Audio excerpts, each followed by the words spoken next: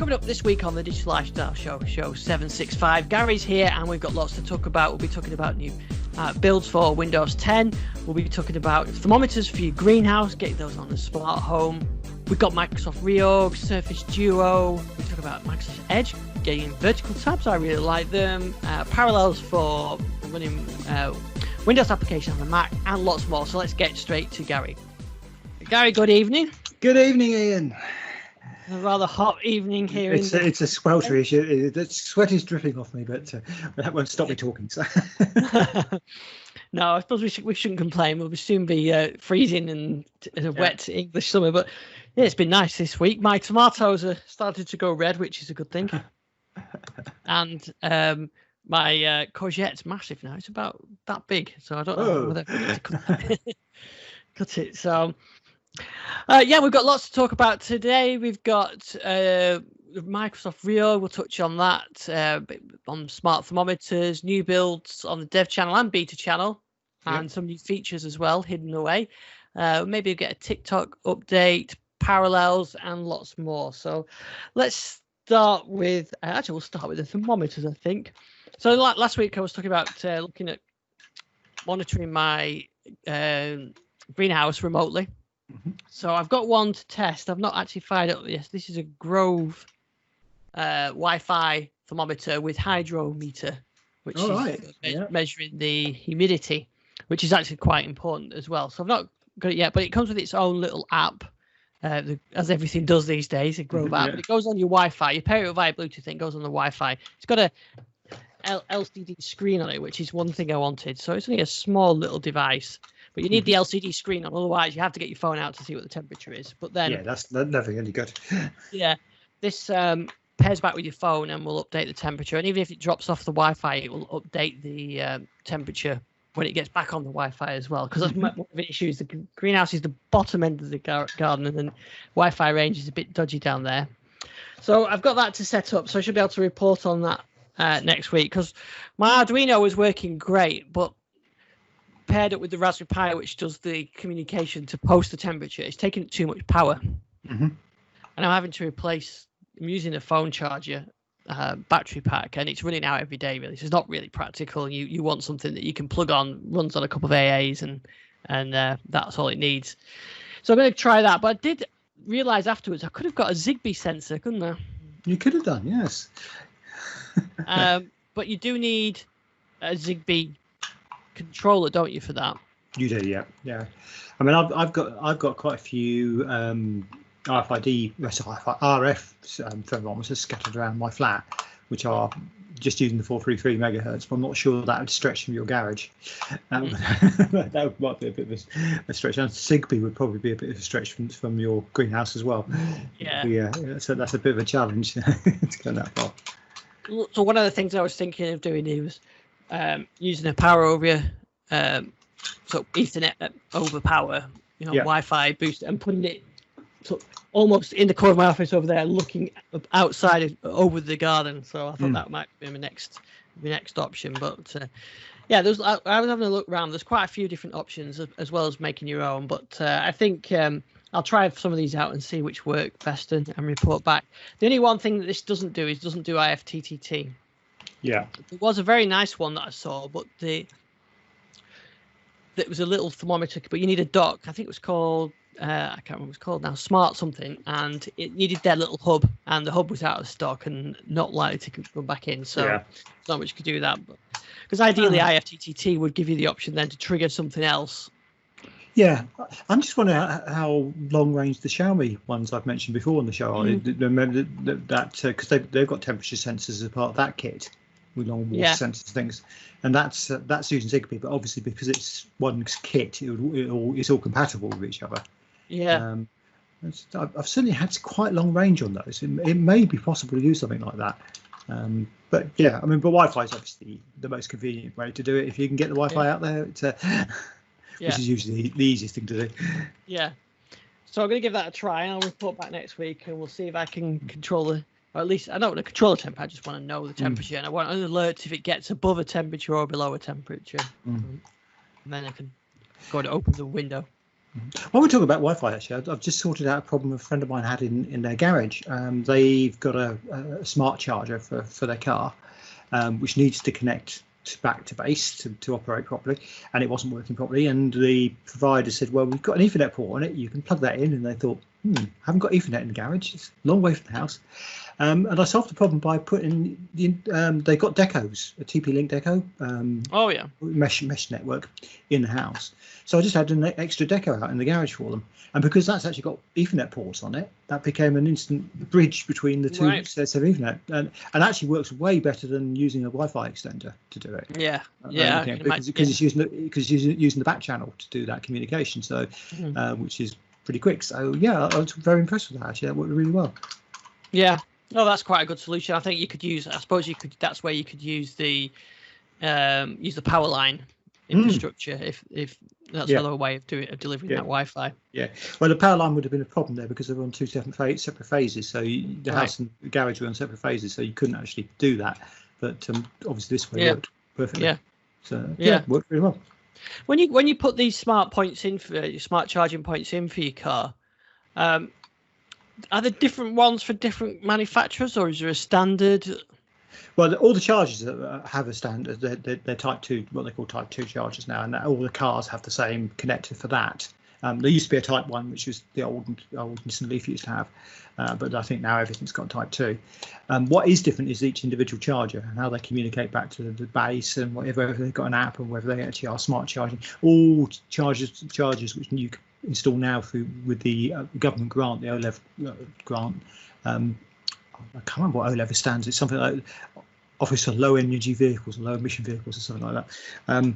But anyway, they give a grant out towards the cost of a charger, and if you're going to have that, you have to have a smart charger now, so it can tell the grid what usage you're making of the grid, and that's basically for future planning. I also suspect it may be for billing eventually, but half the problem with those is that most of those are using 3G to do the communication, and if you haven't got a good 3G signal on their particular network, which a lot of people haven't, they don't work very well. So, but virtually all of them have got some form of network connector on them as well, to get around that. So you can plug them into your network. You can, but yeah, it's a bit of an interesting world that is as well. I mean, I tend to advise people not even to bother buying a smart charger now. Just go for getting a commando socket installed, which is a lot cheaper way of getting a charger, and then you can buy. There's a couple of Type 2 to commando adapters you get, including the wonderful Omni, it's OHME, people pronounce it different ways, lead, which you can then use as effectively a smart charger. And that one's really good because it works with the Octopus Agile Tariff we mentioned the other week. So that can be actually work out cheaper than buying a charger and taking the grant. With the grant, and you don't get the grant. So it's an interesting. Yeah, it's an interesting area that. Right. Well, okay. What did we want to talk about tonight? Oh yeah, let's start off with the Microsoft Reorg. They do tend to have these reorgs every now and again. I think the last one was back in February. But did you see that they had another bit of a reorg, and this time moving things more in for Windows, more power to the Windows team perhaps, and moving it to under Panos Panay? Yeah. So some of the stuff which was under the Azure team has gone over to Panos's team. I think it actually kind of makes sense. It's in his area really. Well, actually, one thing that surprised me with the reorg was I actually realised how low down the totem pole Panos is. I would have thought he'd been a corporate vice president by now, but he's not. He actually reports into somebody. Yeah, that's right. Yeah, it just shows you how in the last few years, up until this year, Windows has kind of slid down the priority list at Microsoft, and it's currently under Microsoft 365, isn't it? I think that's how it reports in. Yeah.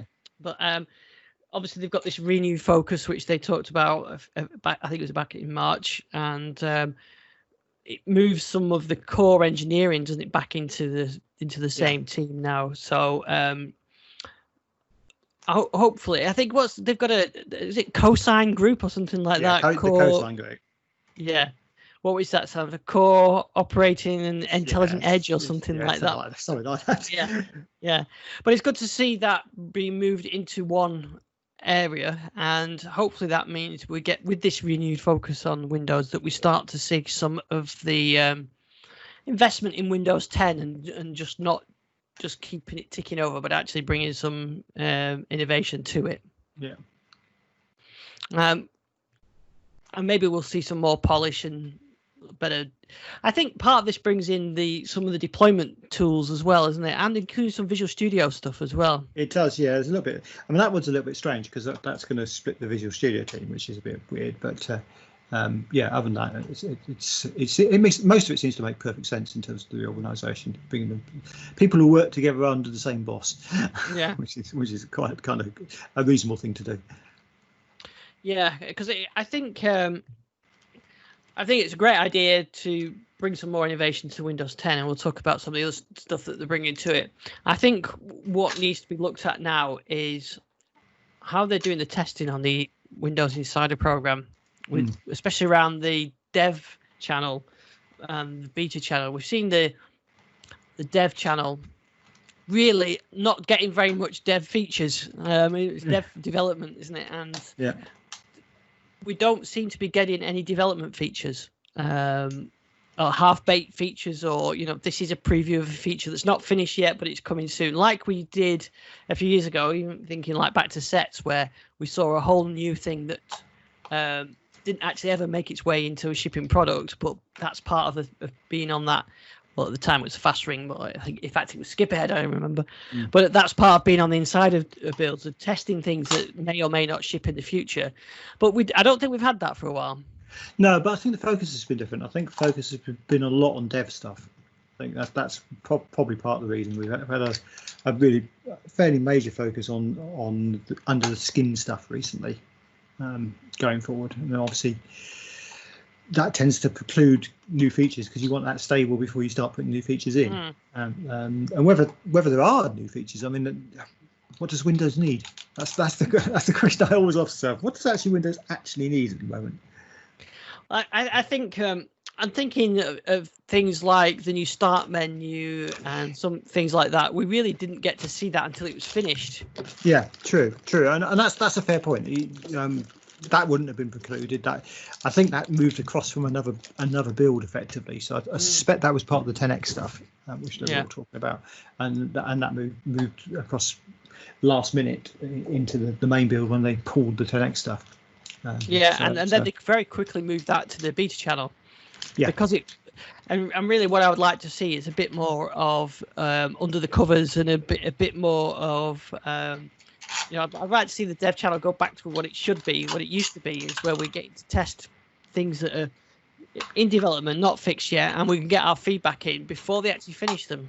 That's kind of good, wouldn't it? Wouldn't it? I mean, that's kind of what the Insider program was all about originally, but and seemed to move away from that. Yes, sure. If Richard wasn't on holiday, he'd have something to say about that. Yeah, I think. I know that after what was it, the 2000, what would be back to 2018, 09 was it? Which is the one that they had, which Jason's famous tweet one. I think that was 18 or something. Yeah. It was 1803 or 1809. 1809. Okay. Yep. And since then they have really tried to up the quality bar on the twice yearly rollouts. But I just like to see it for the dev channel. We're happy to accept that you might have to rebuild your machine. And yeah, it's been great that the fact that my Surface Go is on the dev channel, and it has been for a couple of years since I've got it really, and I've had to rebuild it. I think I've rebuilt it once, which is testament to how solid these builds are. But I'd like to see some development stuff, and every now and again, okay, I have to rebuild it because that's part cutting edge. It breaks it. If you're on the cutting edge, you expect to be broken. Yeah. Whereas the beta channel is fine. Just put things in there that are coming. More solid and ready. I think that's a much more reasoned approach. Yes. Well, hopefully we can get our feedback into the Insider team. I'm sure they've heard it, already, but we haven't. I'm sure they have. The other thing that my pet hate on that is the A/B testing, which I think they know about. Well, if they don't, I'm sure Richard told them. because they've got this thing now where they can turn features on and off remotely, which is quite an interesting way of deploying it. But did you see that the new keyboard that's in Windows 10X is actually in Windows 10 on the dev channel now, but by default it's switched off. Oh right, okay, I hadn't spotted that. Yeah. So I wonder, one of those registry key hacks or all these things they could turn on and off. Well, it's if you want to, you can have a look for it. I purposely haven't documented this because it's a bit risky fiddling around with your Windows. But there's a tool called Vive Tool which you can Google and find that. And I actually managed to get the keyboard working on my Surface Go. So I did a video of it actually today. So check out that video. Actually, maybe I can even share, because we're now using Teams. I can share your screen. share my screen, can't I? Okay, so there I've just shared my screen now, which has got the video on, and here you can see the new style keyboard that's come across from Windows 10X, and you've got the little heart there, and if you expand, when you click on that, you will see you get the same keyboard that's on the emulators for Windows 10X with the GIF, animated GIFs, and it's got currency symbols in there, and most interesting and most useful is the clipboard. You see the little clipboard one on there as well. So that has the same as doing the Windows key and V, where you can see, as you see there, I've got some text on the clipboard, but it supports pictures and text and HTML and all kind of thing, and it shows you I think it's the last 20 things in the clipboard. So very, very handy there to be quickly access the clipboard, as well as to produce, get all these other things. It also has got the little push to talk button on there, so you hit that or click on that and it'll just capture exactly what you're saying, and then if you pause for long enough it stops. So if you wanted to do a URL or whatever, you could hit the button, do the URL, pause, it feeds that in, and you can press enter. So it's quite a nice little keyboard. If you've used the 10X emulator, it's already on there. I suspect this will be, it could even come in this week's dev build, but it's interesting to see that these features are in there and look completed, just they're not being surfaces to users yet. So and I guess that when they eventually does go out to users, it will be finished, and so we don't really get our chance to get our input on it in the dev stage. So we're doing the testing, but we're not getting the sort of early input on there. Yeah, but anyway, it's a shame. Yeah, it's another indication of another feature that's in Windows 10X that is being brought across to Windows 10. So what we had so far, we had the new notification dialog boxes and some icons and things like that. So it seems that these are packaged items that they can bring across. So I don't know what else other things we're going to see brought across from Windows 10. I think the notification, the Action Center may well be the next thing that we get to see. But anyway, that makes sense. Yeah. So anyway, so that's in the build, and that was in build. Let's see. That was in build 20185, but hidden ways. Like I said, you can use the Vive tool if you look for that one. But hopefully Microsoft will release that. Anyway, so to build 20185. Not a huge amount of changes in that one. DNS surfaced a DNS setting and DNS over HTTPS. That was it in the start menu. So sorry, in the settings app. So they just moved that around a bit. So not a really super exciting fast ring or dev channel build last week. There were mainly fixes in there. So that's what you got last week for Windows Insiders. Over on the Edge, I don't know if you can see my screen now, but have you noticed my tabs? Tabs are vertical. My vertical tabs, and I just got that yesterday. Only on one machine though. So this is on Edge Canary, and I just noticed you get that little icon there in the top. So this is the default one with the Edge, with the tabs across the top as they normally are in Edge, and there's a little icon up in the top left hand side which says switch to vertical tab. So you click onto that and then you get this vertical tab. So you get the title bar going full screen across the top, and you can just flick between them and you can pin that out like that if you want, or you can have it to collapse in and you can just flick between them that way. And I actually really like the look of that, and I think that it seems to be, it works well on a wide screen because you've got using the left-hand side, but I think it also worked well on a tablet. Now, I haven't got this on my Surface Go yet, so Microsoft are doing the infamous A/B testing. Which they're not doing, but they are doing. Yeah. Yeah. So I haven't got that on my Surface Go yet, but as you can see, it's working here nicely on the on my Surface laptop, which is running on release preview. But this is Edge Canary that this features anyway. But I really like that. I like how it scrolls in and out, and you can pin it, and it looks cleaner. I think maybe it's just because it's new, but adding a new tab is the same. I must admit, when I heard about this, I wasn't really sure about it. I've never been that keen on vertical tabs. I like my tabs across the top. Yeah. I don't know what other browser did vertical tabs. So one of the other ones did it a few years back, and I wasn't ever that keen on it. But that actually does look all right. I think I can see how that's good for same screen, especially when you're sort of watching something full screen. You don't want to go full screen. You just want to have it up between tabs. Yeah, I can see that. Yeah, so I quite like that. So anyway, that's on Edge. I've got video of this and the keyboard as well, which I just captured a bit of some short videos this morning to show what that looks like.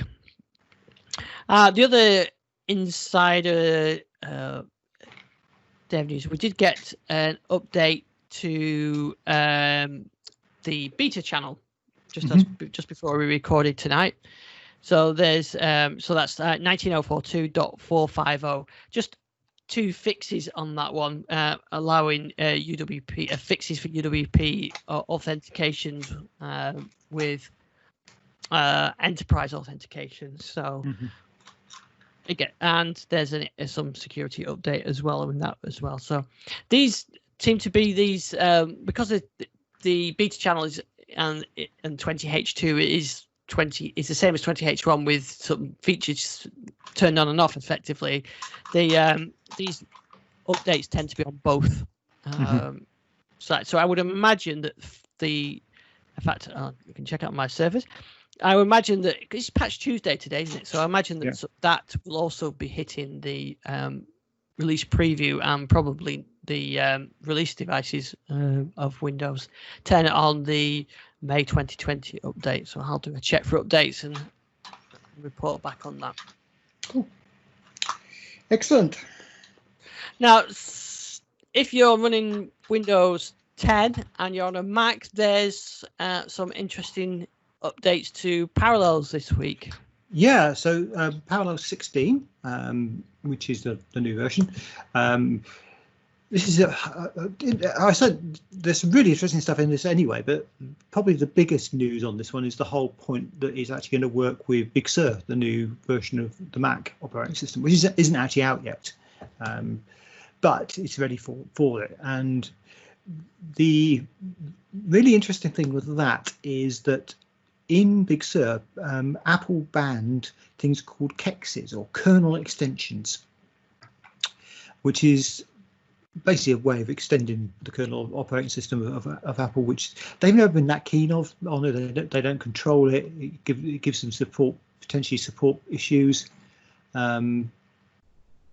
So they've actually banned third-party KEXs in this version in Big Sur. Now that's a slight problem for Parallels because they use a virtualization system, and Apple didn't have a virtualization system, so they invented it using the KEX. And of course, that goes away, they are going to be in a bit of a problem. So they've been working very closely with Apple, and Apple have actually come up with their own kernel extension for Parallels, but actually for virtualization going forward. And Parallels are going to adopt that, so they can actually run Big Sur on Big Sur, which is quite an interesting concept in its own right. But they've done a lot of enhancements to Parallels itself. One of the most interesting things is actually around virtualization. Now, if you don't have Big Sur, the Parallels 16 will still work. It will use their existing KEX system and still actually operate. And they've done some enhancements. One of which I particularly like is that you can now run a virtual machine within a Parallels virtual machine. So before, if you were developing, say, using Visual Studio and you wanted to run one of the emulators, or if you just fancy running one of the emulators, you couldn't do that in Parallels. You can now, running that on Parallels 16. You've also got much better printer support. really improved. So you can use virtually all the features you can of your local printers, which you couldn't necessarily do before. They've made it, it's just way more performant. It runs faster. Really easy installations. They've done some clever stuff around networking, virtualization. As I say, you can do nested virtualization. You can create named networks. If you're doing sort of virtual networks of different types to test things, you can name them so you can actually remember what they are. You could always create them before, but you just couldn't actually necessarily work out what they actually were. They've added the ability to create a what they call prepare for move or prepare to transport linked clone, which basically you can create you can link a clone, but you can also create of the original. You can then package it up to transport it to another machine, and it goes really small, so it's very easy to copy across. And if you're a corporate, you can actually have those on your network ready for people to install as part of the Parallels Desktop for Business edition, which actually gets quite interesting.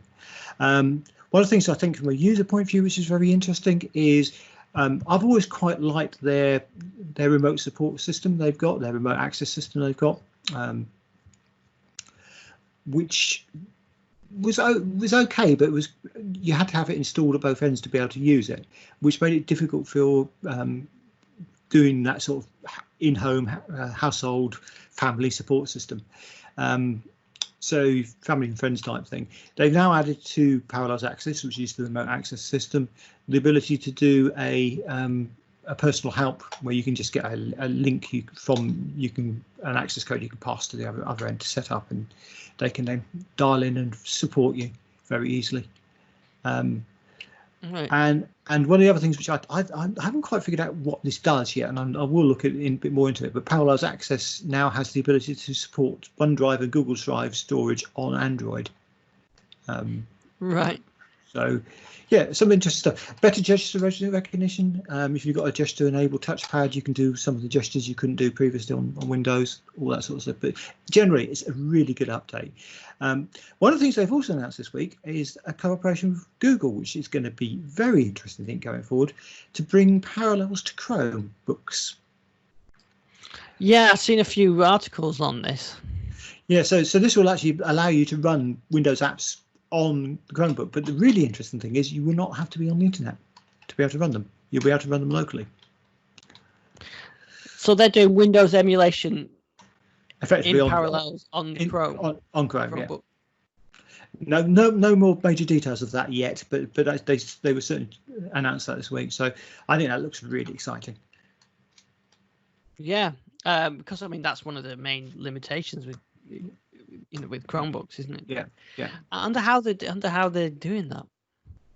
I suppose it's just doing it because they're not all Intel processors either. No, they're not. So it'll be interesting. I mean, it's only for enterprise users at the moment. They're talking about having it.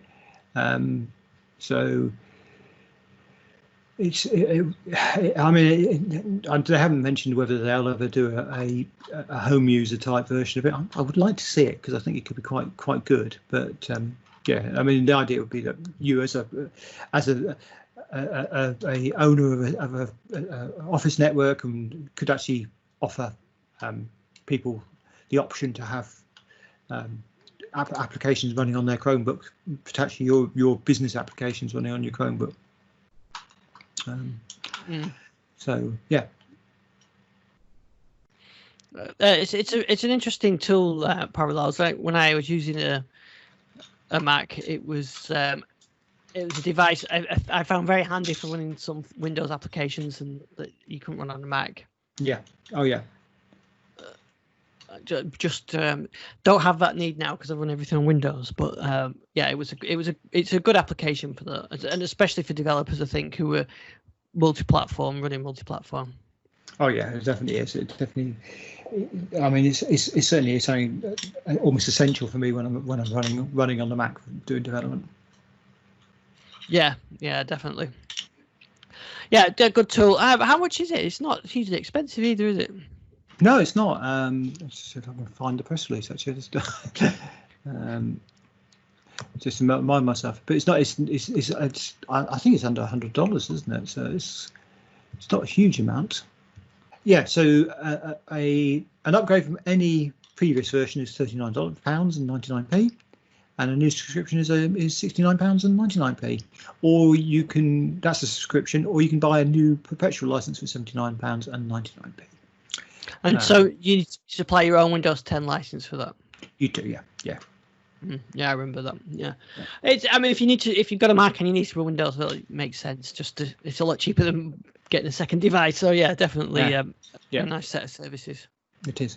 And I know Apple have got their own Windows implementation, but this is just, for my mind, way better. Yeah, because theirs is reboot. You can dual boot, I think, but you have to shut down, restart. Yeah. And I think when I used to use it, I think even back in Windows 8 days, you could launch the applications without the full Chrome of the OS as well. Yeah. So I think it's good for that. It's very good for that. Very good. Right. I've just seen a tweet, by the way, as we're recording on Tuesday evening. Microsoft said that the Xbox Series X is due in November. All right. But Halo Infinite has been delayed to 2021, which is a surprise. I thought that they would have released that at the same time as the. Yeah, that was one of the key things for the console. So, very annoying. No price details yet, unsurprisingly.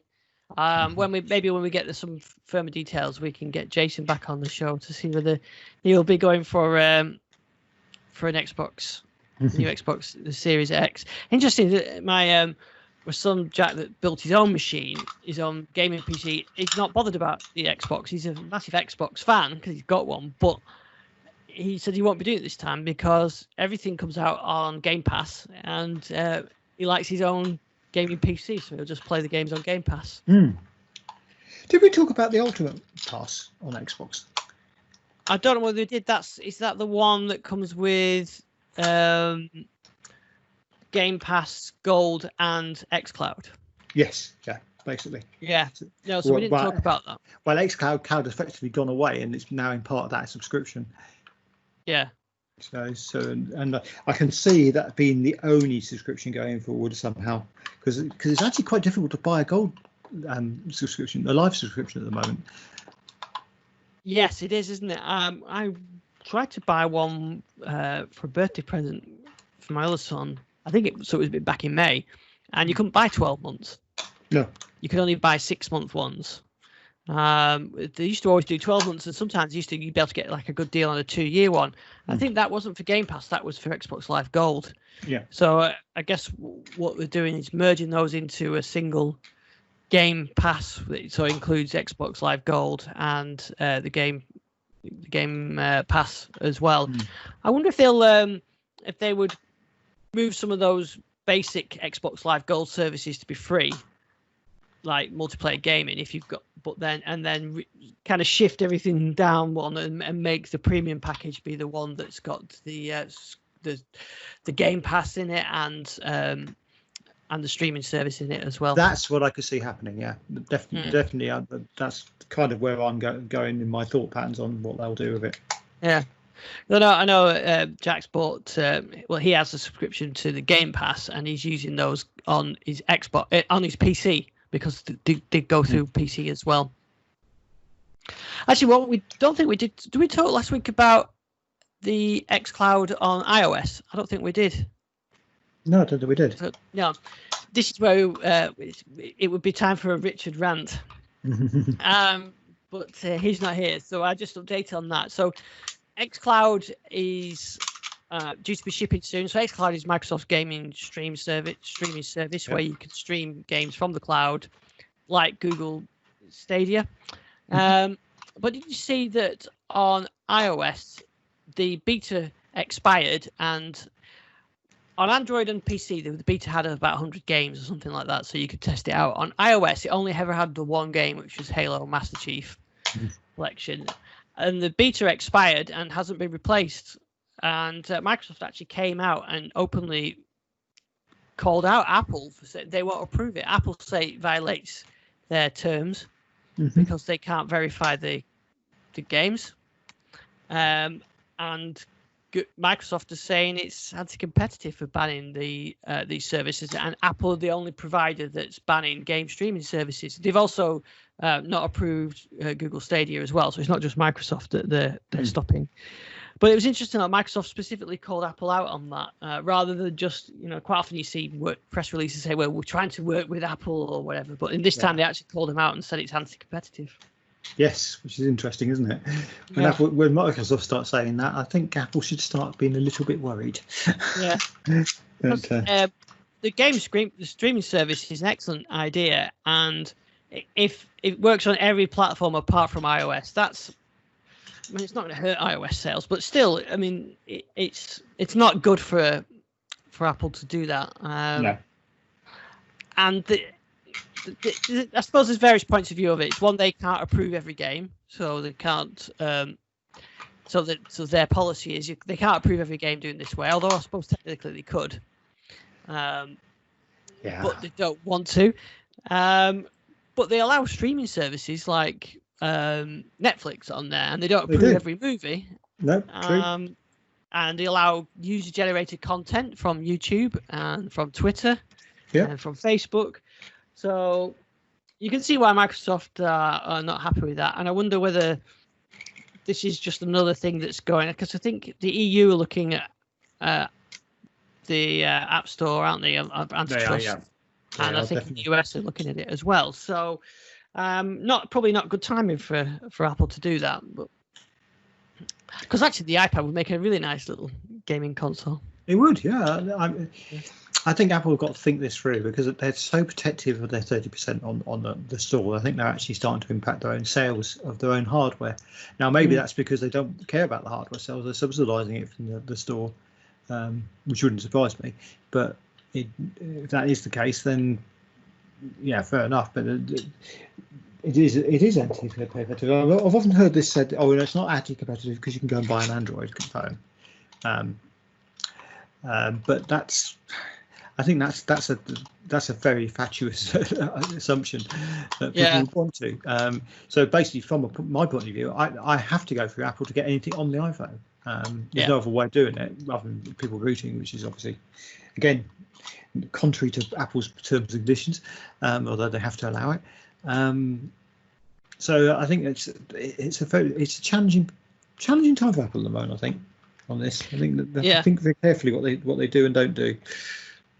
And it's the complete opposite to the way that, say, Samsung have gone with the launch of the Galaxy Note, the new Galaxy Note 20 and Note 20 Ultra, and they're going the opposite way, aren't they? I think there's even an Xbox controller, isn't there, specifically designed to work with this, and you can do game streaming directly on the Samsung device. Yeah, of course. We ought to mention that the improvements to my phone or your phone, whichever, because you can effectively now run Android apps on your Windows desktop from your Samsung phone, which I think is quite amazing. Yeah, it looks really good, and it's a bit annoying that it's Samsung only. I know why, because they have worked with Samsung to get this in, because it's a bit more low level than the standard Android Your Phone app. But actually, it looks really good. So this is, I think on a Samsung phone it says link to your PC, and then when you use the Your Phone app, you can see all your apps, and you can launch them from the Your Phone app on your PC and run them, and they run in their own window as well, don't they? They do, yes.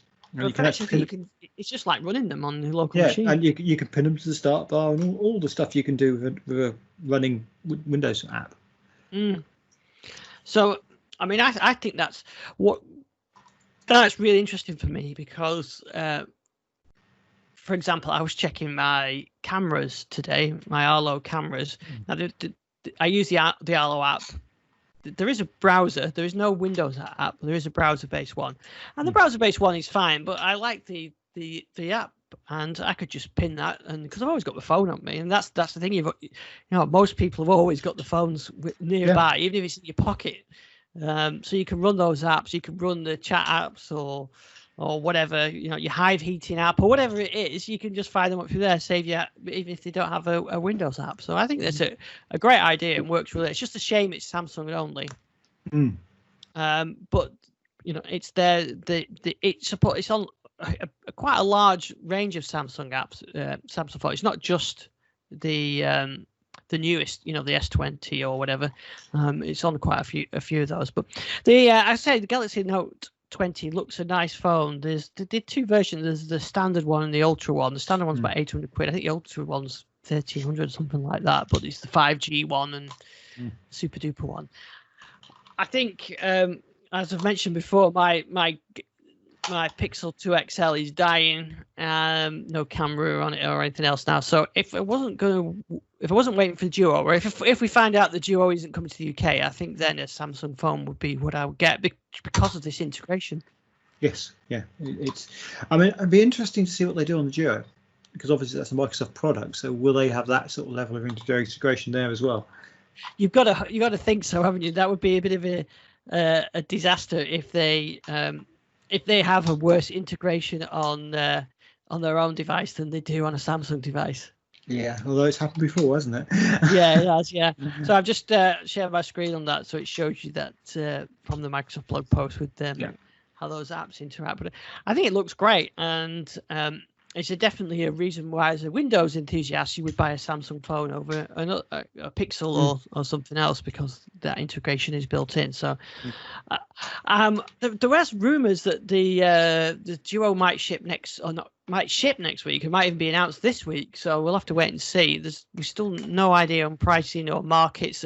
We're recording this on Tuesday evening. I did hear one rumor that it might be announced on Wednesday, but not seen any evidence of that. So I don't know. So we could be, by the time this is edited and live, it could be announced, or we have no sign of it yet. But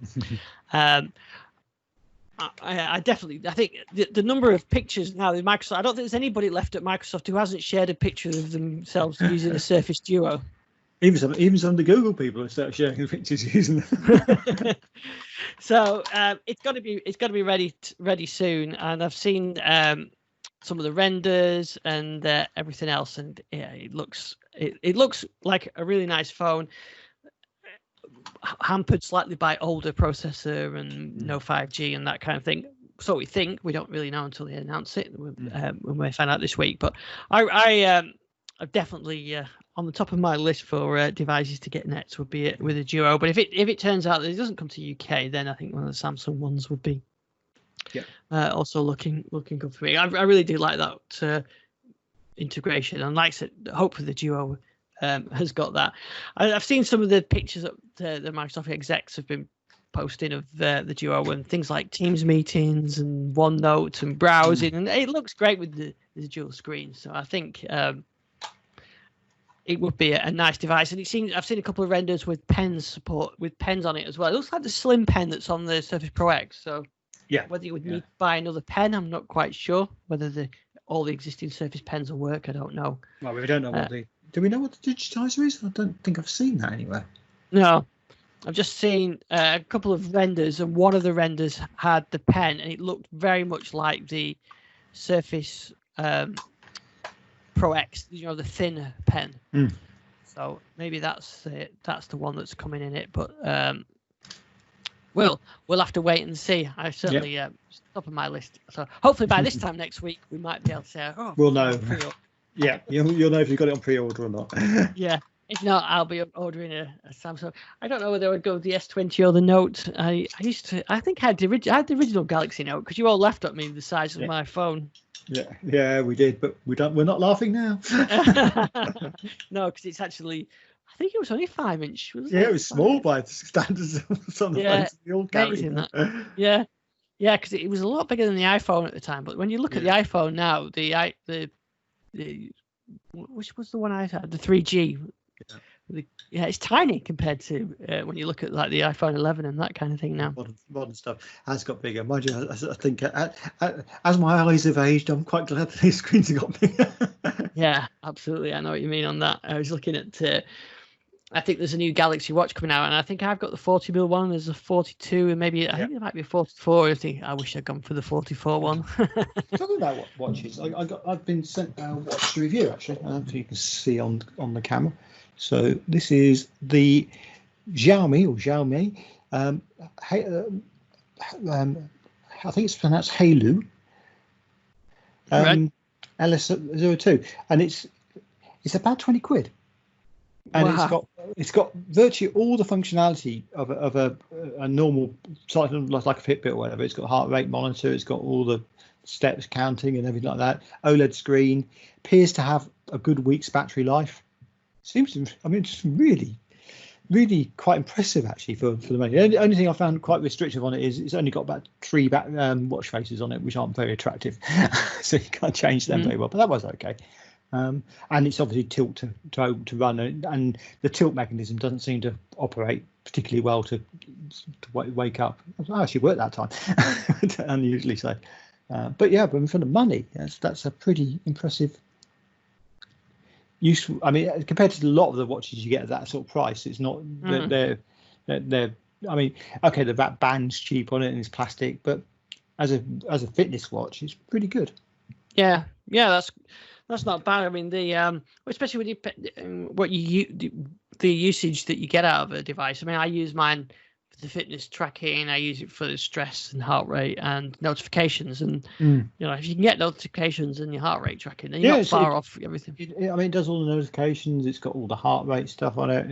It's got loads of stuff on it. Weather. I can't get the weather to work. That's one of the things I've really struggled with. Is the weather doesn't work on it. But it's other than that, it's been pretty good. But yeah, it's. I can't actually see what I'm doing here, so I don't know what you're seeing. It looks all right. Yeah. It's got most things on it. And I mean, especially when you pay 200 quid for a Samsung. Yeah, and the app works pretty well with it as well. So and the screen, as you can see, is very vibrant. So you can see what you're doing very easily. So yeah, it's pretty cool. That's and talking of the smartwatches, one of the casualties of Google Play Music going away, you talked about last week, is if you've got a Wear OS or Android Wear, like this one, you're going to lose offline music playback, because the only way to get offline music playback on these watches was through Google Play Music. Yeah, and it doesn't work anymore. So yeah, I don't use offline music playback to be honest. So, but I know there's on the forums there's quite a lot of runners that do like using it. You don't want to carry a phone with them. Yeah. And there's people posted various workarounds. If you really want to work around, you can go on the Reddit, the Wear OS forum, Reddit forum, and you can get some of the workarounds. They kind of work, but it's a shame really, because that probably was one of the selling features that you get this offline music playback, and it's just gone. If you've got,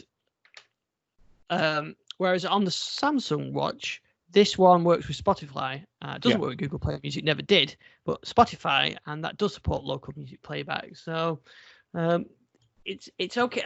I don't mind the device probably not having a feature when you buy it, because that it's down to you to make the choice. But to pull features, I always find really frustrating, because when you purchase the device, that feature is available, and for it to not be available at some point in the future is frustrating. Yes, yeah, I agree totally. I think the EU were looking at a law against that. You had to maintain feature list for a certain number of years, which I don't think actually got passed. But obviously things are changing here anyway. But that always struck me as something you perhaps ought to do. I mean, I know it would force corporates to actually build into their cost plan support for so many years, which would be probably a good idea. Yeah. I just think that's I can imagine being immensely frustrated if you use that daily, and then you just find out at the end of the year, I think it's the end of the year or the end of October it might be, when Google Play Music goes away, then that's it. God, I did get the email notification from Google Play Music actually telling me my stuff's going away. Yeah. Have you done the thing to transfer your music across to YouTube? Which actually does work pretty well. The YouTube Music transfer works very well. But obviously, if you've got Wear, it's not such a useful thing. I guess someone's going to fill that gap. I can't imagine the fact that there's no offline music is a perfect app opportunity. But whether you've got access in the Wear OS to do that, to actually get to local storage, I'm not sure. Yeah, there is. I have seen a couple of people posted links and workarounds. So there is some stuff out there, but it's just something that worked and is no longer going to work. Yeah, frustrating. So finally, just wanted to mention TikTok. Just a quick update on that. So when we talked last time, Microsoft were in talks with TikTok to buy their US operations. But the interesting thing for us was that apparently that's expanded those talks now to worldwide operations, excluding China, including the UK, India, where it's already banned. Yep. Which is more interesting then, because it'd be a worldwide product. There's been no announcement, nothing's happened yet, and there's other companies I think talking to them as well, including Twitter. Yeah. But I think Microsoft will be good custodians of TikTok, especially with the way that they handled some of the recent acquisitions. Not early acquisitions like Nokia, but recent ones like LinkedIn and Minecraft and that kind of thing. So. Mojang. So that's the latest on that. It could be the worldwide operations, but that's going to be a lot of money. Yes, if you could buy that whole kit and caboodle, as they say, I think that's a lot of money. But, although I'm sure it is a profitable company, so it is. Yeah, it makes significant wadges of money. So and it would certainly be interesting to see Microsoft so high up in the social media landscape, even if it's not necessarily a service that I would use. Well, I said maybe we'll do this show. We'll go from an hour to 20 seconds on TikToks. Yeah. But anyway, my niece is still using it, so that's good for them. She spends ages on it. Yeah.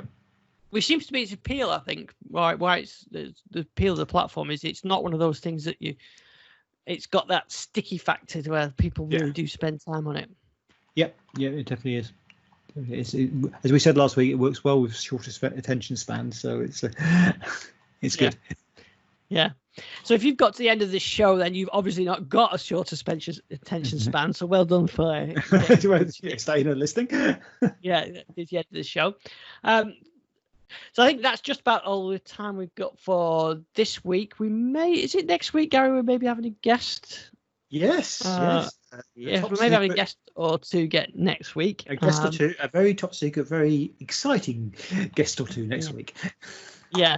So we'll tweet that obviously if that's when we know we've got everything happening on that. But you can listen to us on. You can find us on our YouTube channel, and obviously you can get us on the podcast. So Gary, where can we find you? You can find me on Twitter at Garry with 2 R's WMA, and I'll tell you all about all the other stuff I'm doing on there as well, including the highlights of the interviews which I've been putting together for the show, which will come up probably after next week with the interview with the guests next week.